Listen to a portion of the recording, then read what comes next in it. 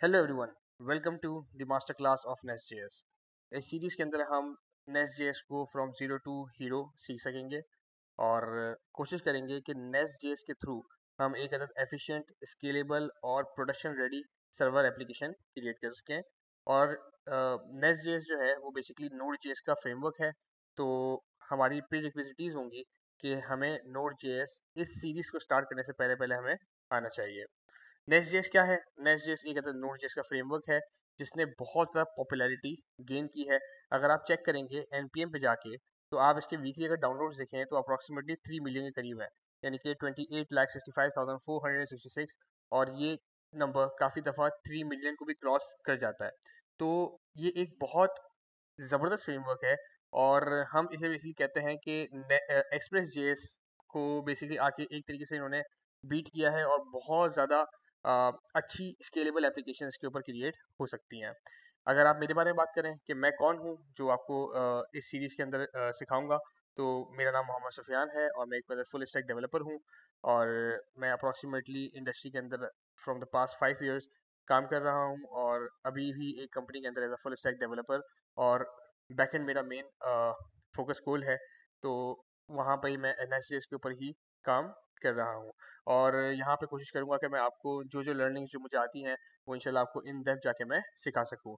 आखिर हम इस एप्लीकेशन के अंदर क्या क्या बनाना सीखेंगे, तो हम इस एप्लीकेशन के अंदर एक full fledged application from zero to hero हम क्रिएट करेंगे, जिसके अंदर हम बाकायदा रेस्ट एपीआईज बनाना सीखेंगे।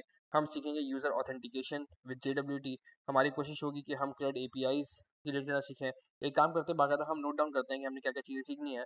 तो हम एक अदद फुल फ्लैज एप्लीकेशन क्रिएट करना सीखेंगे फ्रॉम जीरो टू हीरो। और डेफिनेटली उसके अंदर हमारे पास रेस्ट एपीआईज होंगी।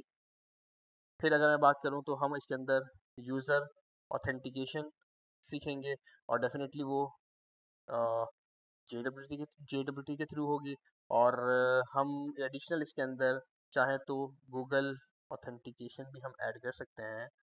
गूगल ऑथेंटिकेशन भी हम ऐड कर लेंगे। और डेफिनेटली CRUD एपीआईज हम क्रिएट करेंगे, जिसमें फॉर श्योर हम मतलब post get put patch delete पता ही होगा आपको। सारी बात है, अगर हमारी नोड जैसी प्रीडिक्विजिटीज़ हैं तो फॉर श्योर आपको इसके बारे में पता होगा। हमारी कोशिश होगी कि हम फाइल अपलोडिंग इसके अंदर कवर अप कर सकें कि नेक्स्ट जेएस के अंदर फाइल अपलोडिंग कैसे हैंडल होती है।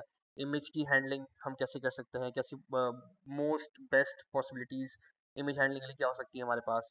हम इसके अंदर कोशिश करेंगे कि नोटिफिकेशंस ऑफ ईमेल्स या यूज़र इंगेजमेंट रिलेटेड कोई भी चीज़ अगर हो तो वो हम कैसे इसके अंदर हैंडल कर सकते हैं। और सबसे इम्पॉर्टेंट चीज़, हम इसके अंदर स्वैगर को लाजमी हम इसके अंदर गो थ्रू करने की कोशिश करेंगे। और स्वैगर के ज़रिए हम बेसिकली एक अदद फुली इंटरेक्टिव एपीआई डॉक्यूमेंटेशन हम बेसिकली क्रिएट कर लेंगे। फुली इंटरेक्टिव एपीआई डॉक्यूमेंटेशन हम क्रिएट करने की भरपूर इसके अंदर कोशिश करेंगे। और सबसे इम्पॉर्टेंट चीज़ हमारे पास यूनिट टेस्टिंग, हम वो भी इंशाल्लाह इसके अंदर सीखने की कोशिश करेंगे। और डेफिनेटली वो यूनिट टेस्टिंग हमारे पास अलग अलग तरीके कार हो सकती है। हमारी मोस्ट प्रोबेबली कोशिश होगी कि हम जस्ट के साथ हम जो है वो कैरी ऑन करें चीज़ों को। अब आते हैं इसके टेक स्टैक के ऊपर। तो टेक स्टैक अगर हम यहाँ पे आके मेंशन करना चाहें,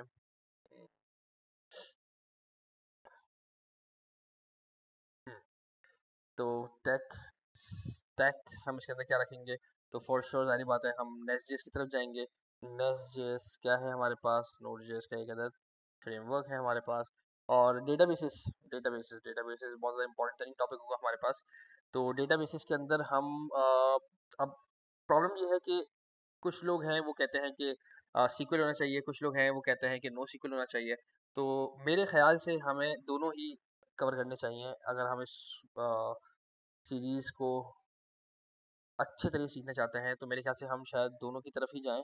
और हम इसके अंदर फिर कोई ना कोई ORM यूज़ कर लेंगे। हम बेसिकली मोंगूस का ORM यूज़ कर सकते हैं फॉर मोंगोडीबी। और हम साथ में एक काम करेंगे कि हम पोस्टग्रेस के लिए हम यूज़ कर लेंगे टाइप ORM फॉर पोस्टग्रेस। ठीक है, तो ये हमारे लिए मतलब बेस्ट हो जाएगा। और फॉर श्योर ऑथेंटिकेशन हम सीखेंगे JWT वगैरह के थ्रू। टेस्टिंग मैंने आपको बता दिया already, just super set super test वगैरह देखेंगे होपफुली, लेकिन जस्ट तो लाजमी इंशाल्लाह देख लेंगे। और साथ में स्वैगर के जरिए हमारी डॉक्यूमेंटेशन क्रिएट हो जाएगी। आर्किटेक्चर ज़रूरी बात, हमारी कोशिश होगी कि हम इसको बहुत ज़्यादा क्लीन रखें, मॉड्यूलर रखें हम, और स्केलेबल बनाने की भरपूर कोशिश करें। यही हमारा मेन मकसद है नेक्स्ट जेएस के कोर्स को सीखने का। नेक्स्ट जेएस खुद से हमें क्या प्रोवाइड करता है चीज़ें? नेक्स्ट जेएस अगर मैं कहूँ कि भाई नेक्स्ट जेएस आखिर हमें सीखनी क्यों है, वाई नेक्स्ट जेएस, हम कहते हैं वाई नेक्स्ट जेएस, कि आखिर क्या रीज़न है भाई हमें नेक्स्ट जेएस सीखने के लिए। तो देखिए, द थिंग इज कि नेक्स्ट जेएस ना बेसिकली हमें मॉड्यूलर आर्किटेक्चर देता है। नेक्स्ट जेएस हमें मॉड्यूलर आर्किटेक्चर देता है, जिसके बिहाफ पे एक तो इसको मेंटेन करना बहुत ज़्यादा आसान हो जाता है। हम ये कह सकते हैं कि इसकी वजह से हमारे पास इसकी जो मेंटेनेंस है बहुत ज़्यादा ईज़ी रहती है हमारे लिए, क्योंकि मॉड्यूल्स होते हैं अलग अलग, वो मॉड्यूल्स को हमें स्केल करना बड़ा आसान हो जाता है। अभी आपको मॉड्यूल शायद नहीं समझ में आ रहा होगा, लेकिन सारी बातें हम जब आहिस्ते आहिस्ते अगर हम पढ़ना हम स्टार्ट करेंगे तो आपको बहुत ज़्यादा आपको चीज़ें आपको आसान हो जाएंगी। और डिज़ाइन वाइज हमें टेस्टिंग करना हमारे लिए काफ़ी ज़्यादा आसान रहता है, क्योंकि इसके अंदर बेसिकली कुछ डिपेंडेंसी इंजेक्शंस का कॉन्सेप्ट होता है। वो हम इंशाल्लाह आगे जाके देखेंगे, तो वो चीज़ें मतलब बहुत ज़्यादा अच्छी होती हैं इसके अंदर। फिर हमारे पास टाइप स्क्रिप्ट इसके अंदर लाजमी है, मतलब बिल्ट विद टाइप स्क्रिप्ट होता है हमेशा एस आपके पास। फिर डेकोरेटर्स हैं इसके अंदर बहुत ज़्यादा काम के। और द थिंग इज़ कि ये फ्रेंडली है मतलब बहुत ज़्यादा, क्योंकि एक तो इसका कोड स्ट्रक्चर बहुत ज़्यादा क्लीन होता है, सही है। थोड़ा थोड़ा फैला हुआ आपको लगेगा एक्सप्रेस के मुकाबले में, लेकिन कोड स्ट्रक्चर बहुत ज़्यादा क्लीन होगा। और डॉक्यूमेंटेशन एक तो इसकी बहुत ज़्यादा परफेक्ट है, इसकी डॉक्यूमेंटेशन बहुत बहुत बहुत ज़्यादा परफेक्ट है।